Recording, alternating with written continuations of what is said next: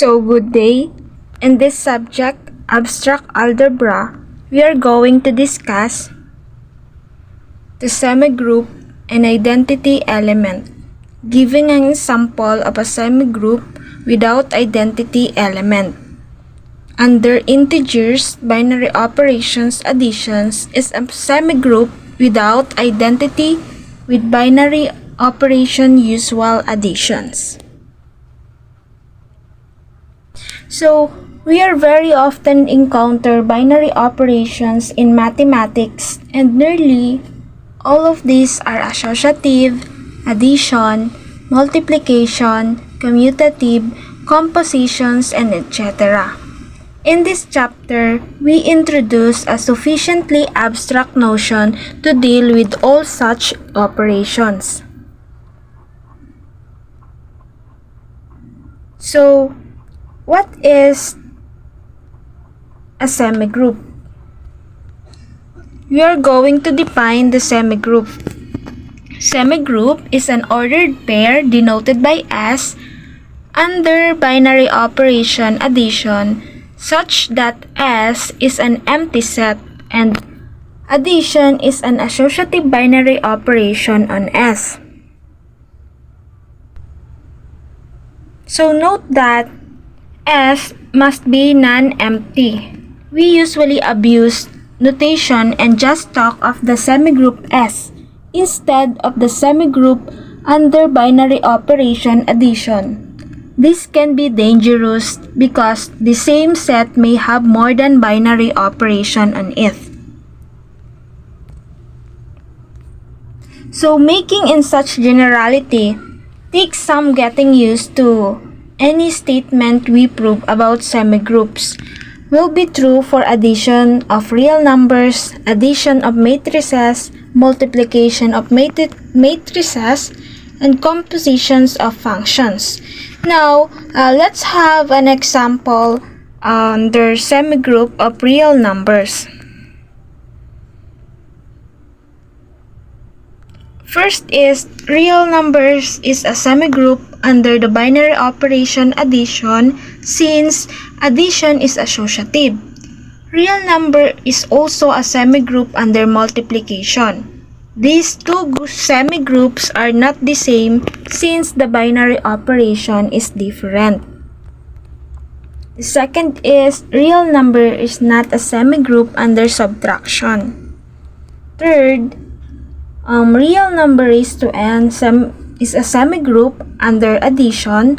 More generally, any vector space denoted V is a semigroup under vector addition. Fourth is real number raised to 3 has another binary operation, the cross product multiplication.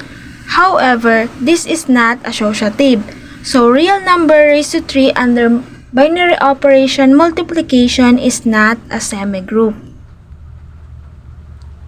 So, we have two operation or property we use in semigroup. First is associativity.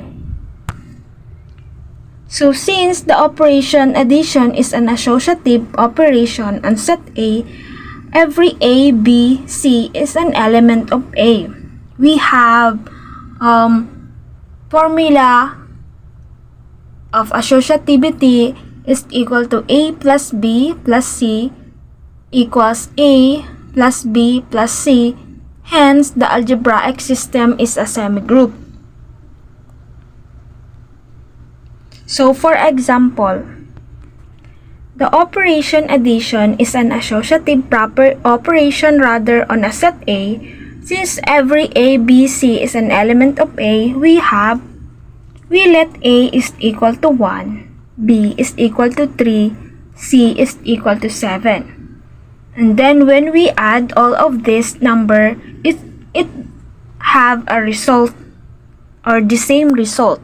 So since the term associative property states that when an expression has 3 terms, they can group in any way to solve that expression.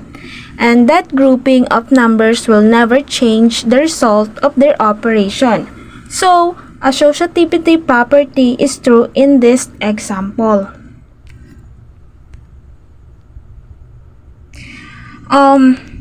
Another thing is not only the integer, natural number, or real number can express this property. Also, the objects can hold this, like this example. So next is we have commutative and semigroup. So a binary operation addition on set A called commutative if A plus B is equal to B plus A is an element of A. So for example, the binary operation of addition on the set of integers is commutative. So we let A is equal to 4, B is equal to 10. So A plus B equals to B plus A. So we let 4 to A, we let 10 to B is equal to 14. And when we revise, we let B to 10 and A to 4 is also equals 14. Since the commutative property states that when the number on which we operate can be moved or swapped from their position without making any difference to answer, so this example holds this property.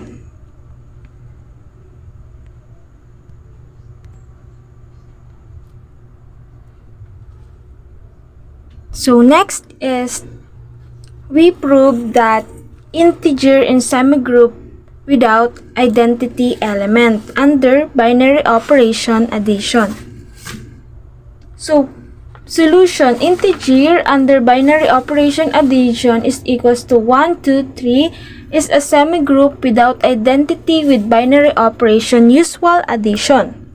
So I can prove that the set of integers numbers under binary operation addition. So however, 0 is not an element of integer. So there is no identity in this case.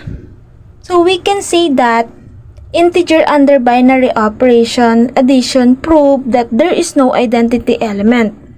Another thing is if we use the associative and commutative property, we also prove that there is no identity element or involved or result too. Because identity element is when we add the number to 0, the result is the number itself.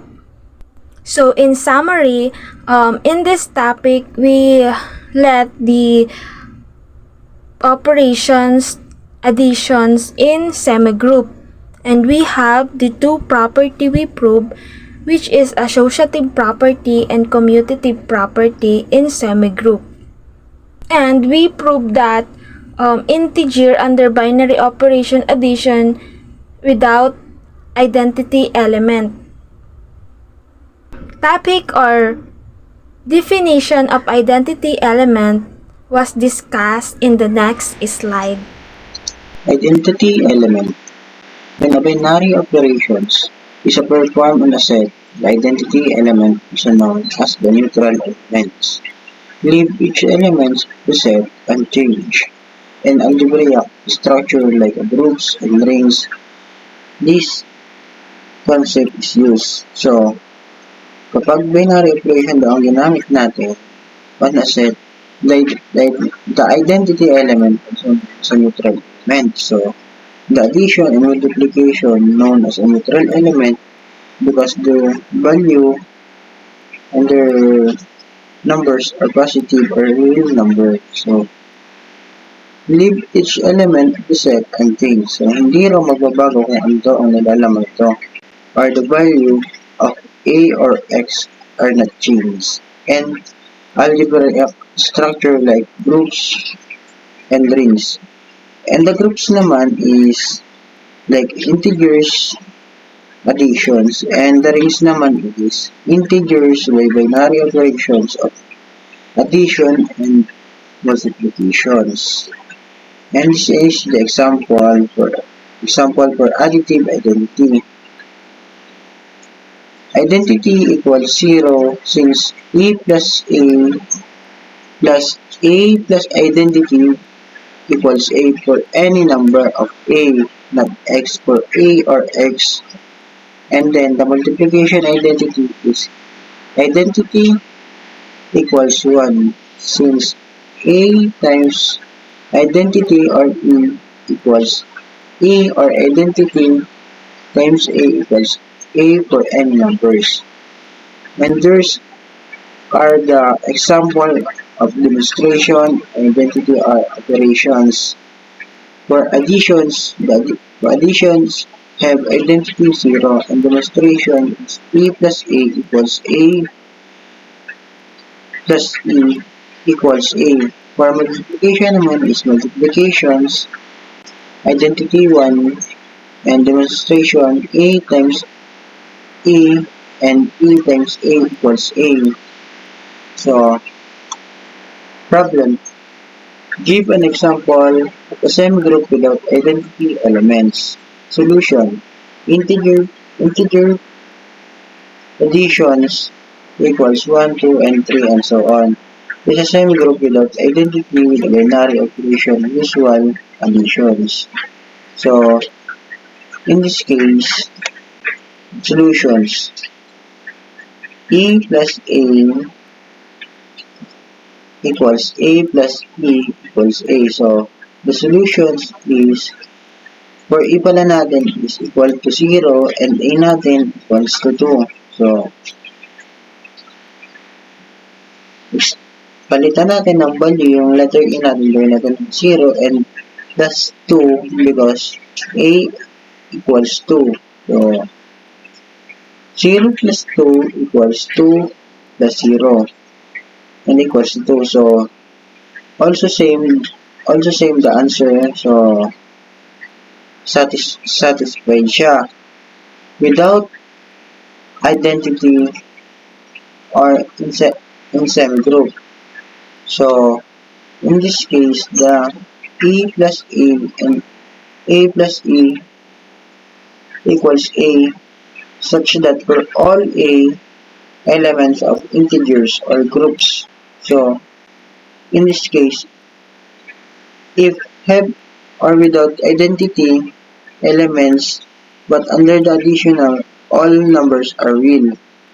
And we can prove it, the integrations of a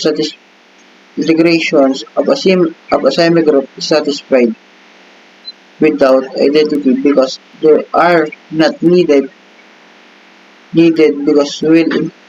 because all integers are real numbers or neutral numbers. So kahit anong gawin natin daw dito, ito daw ay mapuprove natin na